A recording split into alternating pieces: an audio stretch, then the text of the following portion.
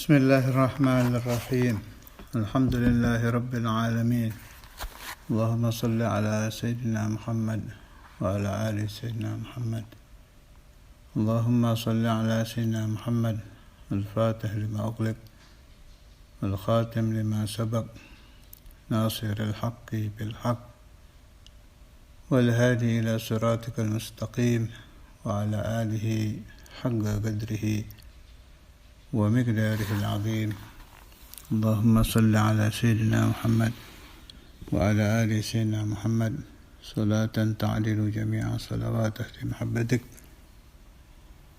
وسلم على سيدنا محمد وعلى آل سيدنا محمد سلاما يعدل سلامهم اللهم سبحانك لا علم لنا إلا ما علمتنا إنك أنت العليم الحكيم أما بعد Fa'alam ketahuilah olehmu annallaha sesungguhnya Allah muttali'un melihat ala dhamirika ke hatimu wa musyrifun dan melihat ala zahirika wa batinika atas zahir batinmu dhamir hati musyrifun melihat wa muhitun dan mengetahui secara ihatah mengetahui secara keseluruhan. Jadi sifat ilmunya Allah Ta'ala itu mengetahui segala perkara, mengetahuinya secara ihatah keseluruhan. Yang bagi makhluk baik manusia atau selain manusia tertutup, bagi Allah tidak. Kita melihat ke bawah ya kelihatan bumi bagian atas, dalamnya lagi tidak melihat. Kemudian pengetahuan kita terbatas, Allah tidak. Jadi sama basar, maha mendengar, maha melihat, ilmu, maha mengetahui. Allah Subhanahu wa Ta'ala tidak ada batasnya dan tidak ada hijab bagi Allah Subhanahu wa Ta'ala. Kalau ada penjelasan begini, Allah tidak ada hijab baginya, baik di samanya, basornya, ilmunya. Manusia ada. Bagaimana kalau pakai kata-kata manusia juga tidak ada hijab apabila hijabnya dibuka? Jawabannya begini. Ini kalau kita bangsa insan, suluk sampai futuh terbuka, kan satu hijab terbuka itu ada hijab lagi di atasnya, masih perlu dibuka lagi. Kalau Allah Subhanahu wa Ta'ala tidak ada hijab. Allah pencipta hijab, bagaimana ada hijab? Yang menciptakan al-hujub, hijab-hijab itu Allah Jalla Jalaluhu wahdah.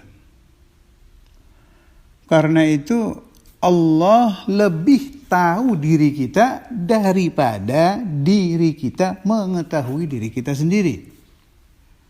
Jadi Allahu a'lam, makanya ada ajaran istikharah dari Hadratul Rasul sallallahu alaihi wasallam. Sebab istikharah itu menanyakan tentang diri kita dan urusan-urusan jelas kepada zat yang lebih tahu tentang diri kita dari kita sendiri. Alamul ghuyub. Jadi ilmunya Allah ihatah, menyeluruh. Bi jami'i lahadhatika wa khataratika wa khatawatika wa sairi sakanatika wa harakatik. Jadi ada sakanat, itu artinya diam-diamnya kita. Kalau gerak, harokat, gerakan anggota badan. Khotowat gerakan kaki atau langkah lah, langkah kaki. Kalau khotorot, khotir-khotir, gerakan hati. Kalau lahadzat, gerakan mata. Itu makna lughahnya begitu. Jadi kalau gerakan badan disebut harokat, gerakan kaki disebut khotowat, gerakan hati disebut khotorot, gerakan mata disebut lahadzat. Ya gampangannya harokat sukun, gerak diam, itu semua diilmuni oleh Allah Ta'ala secara ihatah. Wa muhitun bi jami'i lahadzatika wa khataratika wa khatawatika wa sa'iri sakanatika wa harakatika. Wa innaka fi mukhalatatika wa khalawatika mutaraddidun baina yadayhi. Wa innaka sesungguhnya engkau fi mukhalatatika, ketika engkau bercampur dengan makhluk, sedang berkumpul dengan masyarakat, berkumpul dengan keluarga, siapa saja, itu namanya mukhalatah. Wa khalawatik, ketika khalwahmu, sendirian. Orang itu kan dua, sendiri atau bersama orang lain. Atau lebih tepat bahasanya, manusia itu dibagi dua.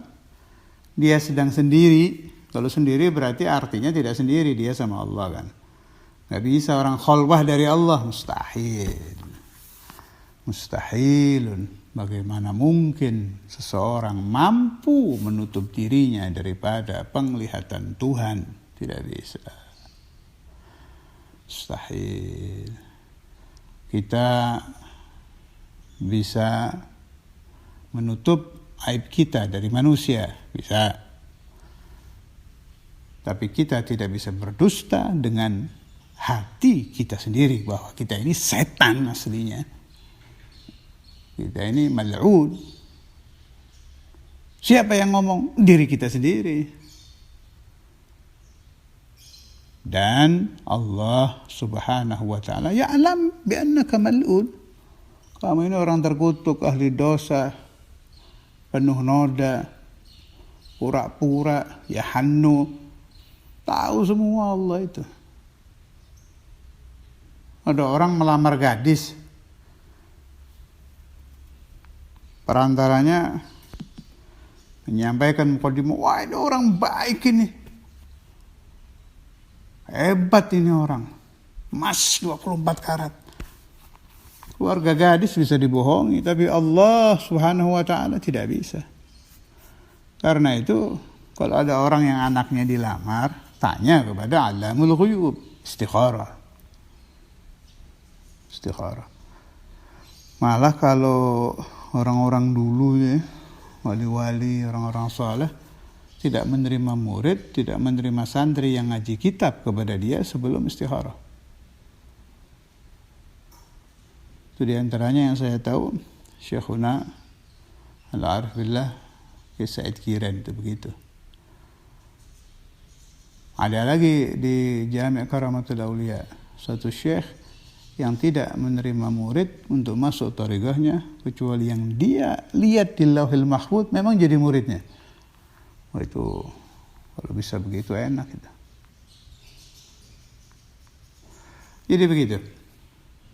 Khalwah dari orang bisa, tapi khalwah dari Allah Subhanahu wa ta'ala tidak bisa.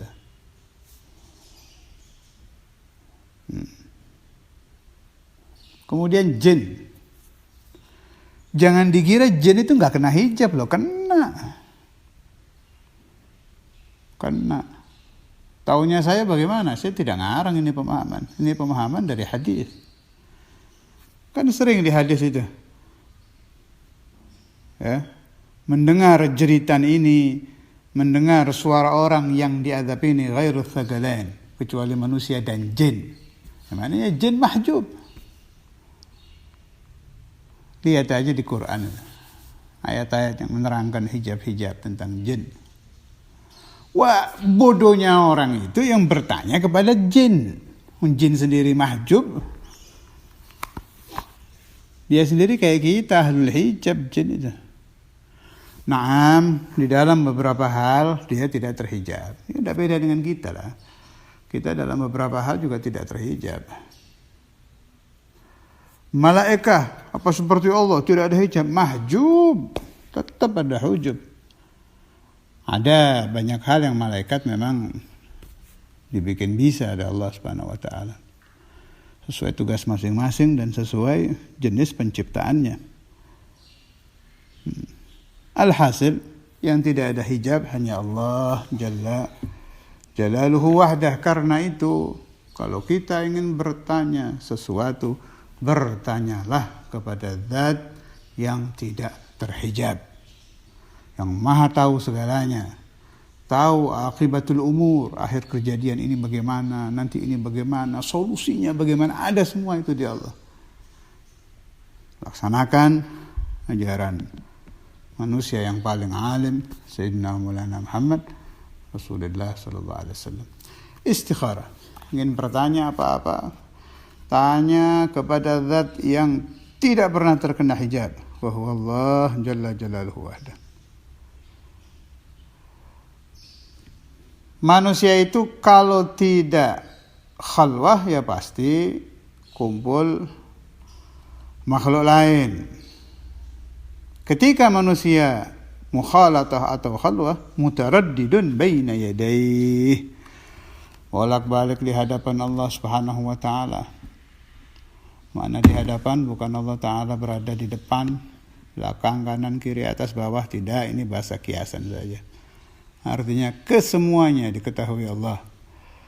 Fala yaskunu, maka tidak diam, fil mulki, di alamul mulki, wal malakuti, dan alamul malakut. Alam ada dua, satu alam mulki, dua alam malakut.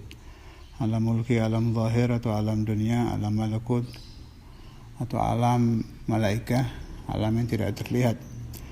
Sakinun, seorang yang diam, wala yataharraku, dan tidak harakah, tidak bergerak. Mutaharrikun, seorang yang berharakat, yang sedang bergerak. Illa wajabbaru samawati wal ardi muttali'un alaih, kecuali Zat yang maha memaksa seluruh langit, seluruh bumi. Ala wa huwa Allah, Allah Subhanahu wa ta'ala muttali'un, melihat alaihi, kepadanya. Ya'lamu kha'inatal a'yun wa ma tukhfis sudur. Ya'lamu, Allah mengetahui kha'inatal a'yuni, khianatnya mata. Khianatnya mata itu, bahasa ini muncul itu sebab itu yang dipakai manusia untuk berdusta. Jadi bohong itu kan kadang nggak pakai suara. Kita kerjap-kerjap mata itu lah. Dan sama orang, mata kita kadang mengejap-ngejap, masih isyarat. Itu masuk khainatul a'yun. Atau kalau diartikan dosa, mata kita melirik wanita yang tidak halal, tidak ada yang tahu. Anda pikir Allah tahu. Wa ma tukhfis sudur, dan Allah maha mengetahui apa yang disamarkan hati-hati. Ada yang memberi penjelasan begini. Gerakan hati itu kan sudah samar ya. Ya. Omongan hati jengkel, atau rasa lah jengkel, marah, takut. Itu yang tahu kan diri kita itu. Itu namanya sir. Itu Allah alim, tahu Allah itu. Tapi sir itu sedang terjadi, rahasia hati itu. Kita sedang takut jam 7.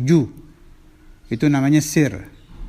Nah, jam 7 lebih 1 detik, jam 7 lebih 1 menit, dan seterusnya, itu disebut akhfas sir. Gerakan hati yang akan datang. Itu Sayyidina Abdullah bin Abbas memberikan tafsiran begitu. Itu dua-duanya ya'lamuhu Allah, diketahui Allah itu. As-sir Allah tahu, akhfas sir Allah juga tahu. Wa ya'lamu sirra wa akhfa, Allah Ta'ala maha ilmu, maha mengetahui as-sir. Yang tadi saya terangkan, wa akhfa dan akhfas sir. Fata'addab, maka beradablah ayyuhal miskin, wahai miskin, zahiran wa batinan, zahir batin. baina yadayillahi ta'ala, di hadapan Allah Ta'ala, ta'addubal abdil dalil, seperti sopannya hamba yang hina, al-mudhnib, yang penuh dosa, fi hadratil malikil jabbaril qahar, di hadapan hadratullah al-malik, raja, al-jabbar, al-qahar, yang maha memaksa. Wajtahid, ijtihadlah, berusahalah, alla yaraka maulaka haitsu nahak, supaya Allah tidak melihatmu di tempat yang kau dilarang, supaya Allah tidak melihatmu di sesuatu yang kau dilarang.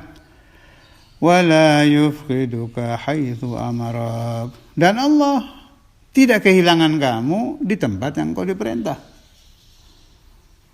Maksudnya, di tempat yang diperintah engkau harus selalu terlihat, di tempat yang dilarang engkau harus selalu jauh dari situ. Bagaimana caranya? Nah, ini metode bagus dari Imam Ghazali ini. Ini ajib, sangat bagus ini.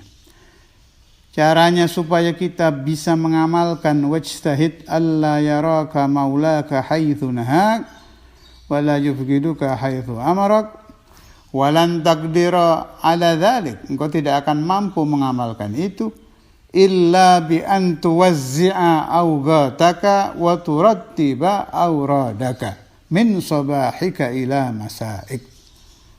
Caranya waktu dibagi. Tuwazzi'a itu membagi. Tuwazzi' itu qasim.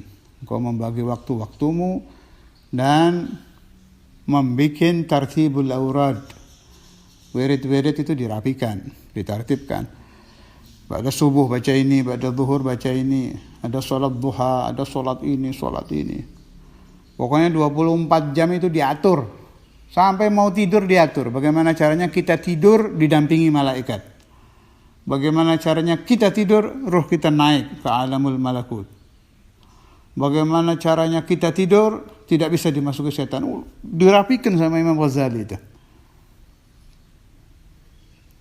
Itu cara untuk mengamalkan supaya kita tidak pernah dilihat Allah Ta'ala di tempat yang dilarang dan selalu terlihat di tempat yang diperintah. Min sabahika ila masaik, dari waktu pagi sampai waktu sore. Fasghi, dengarkan, ila ma yulqa ilaika min awamirillahi ta'ala alaik, apa-apa yang akan diberikan kepadamu, perintah-perintah Allah Ta'ala, min hina tastayqidu, dari waktu kamu bangun, min manamika, dari tidurmu, ila waktu ruju'ika ila madja'ik, sampai waktu kembalimu ke tempat tidurmu. Cara ini diperintahkan oleh Imam Al-Ghazali khasah di bidayahnya dan di kitab-kitab beliau yang lain. Setelah ini babnya penjelasan tentang tadi yang dibilang tadi, mulai pagi sampai sore. Pokoknya dari mau tidur sampai bangun tidur, sampai mau tidur, dari mau tidur sampai bangun tidur, rapi sudah diatur. Para masyayikh yang lain juga begini, makanya ada thariqah. Thariqah itu begitu. Thariqah itu isinya apa? Ya cuma ini nih. Ini yang saya baca tadi itu. Tartibul aurad, tauzi'ul awqat. Cari semua thariqah, mau Qadiriyah, Nasyabandiyah, Alawiyah, Tijaniyah, semuanya itu aturan 24 jam biar orang jadi orang baik. Supaya 24 jam orang menjadi orang saleh. Supaya 24 jam tidak ada waktu sudan, waktu yang terbuang-buang sia-sia. Itu jami'ut tara'iq, tujuannya cuma itu. Nah, ini yang akan kita baca selanjutnya, ini At-Tariqatul Ghazaliyah namanya. Ini Tariqah ini. Ini bidayah ini, Tariqah ini namanya Tariqah Ghazaliyah, yang membuat 4 orang-orang suluk yang mengamalkannya di hadapan Nabi Muhammad SAW di kota Madinah. kesemuanya yang mengamalkan tariqah Ghazaliyah yang ada di Bidayah mendapatkan futuh, bertemu Rasulullah SAW yaqadzah. Yang diamalkan apa? Ini aja nih yang ada di Bidayah ini. Saya alhamdulillah dapat ijazah langsung dari Syekhuna wa Maladuna Samahatul Ustadz Imam Al-Hafidh Al-Musnid Al-Kutub Habib Abdullah bin Abdul Qadir Al-Fiqih. Saya memang minta ijazah waktu itu Jami'ul Awrad yang ada di Bidayatul Hidayah. Fa'ajazani radhiyallahu anhu, juga masyayikh saya yang lain. Ajaztukum kama ajazani masyayikhi. Yang ingin memperoleh ijazah ini, ucapkan qabiltul ijazah. Mau disebarkan kepada yang lain silahkan. Ini ajib ini. Ajib. Asal istiqomah mengamalkannya. Jaminannya futuh. Bahkan kalau bersih bisa bertemu yaqadzah dengan Rasulullah SAW. Silahkan dicoba, silahkan diamalkan. Berarti saya keluar dari Alawiyah dong. Ngaco aja. Kata Habib Abdullah Al-Haddad, At-tariqatul Alawiyah awwaluha Ghazaliyah, ya ini Bidayah ini dan lain-lain, wa akhiruha Syadziliyah, akhirnya tariqatul syukur, tariqatul Syadzili. Jadi tariqah Alawiyah itu perkawinan antara tariqah Ghazaliyah dengan Syadziliyah. Awalnya Ghazaliyah, akhirnya Syadziliyah. Yang mengawinkan sampai berhasil namanya Habib Abdullah bin Ali Al-Haddad. Makanya disebut tariqah Haddadiyah. Tariqah Haddadiyah itu intisari dari Ghazaliyah dan Syadziliyah. Kita tinggal mengamalkan saja. Jadi boleh tidak mengamalkan ini? Ya ini memang tariqah Alawiyah ini. Bidayah, Ihya itu tariqah Alawiyah.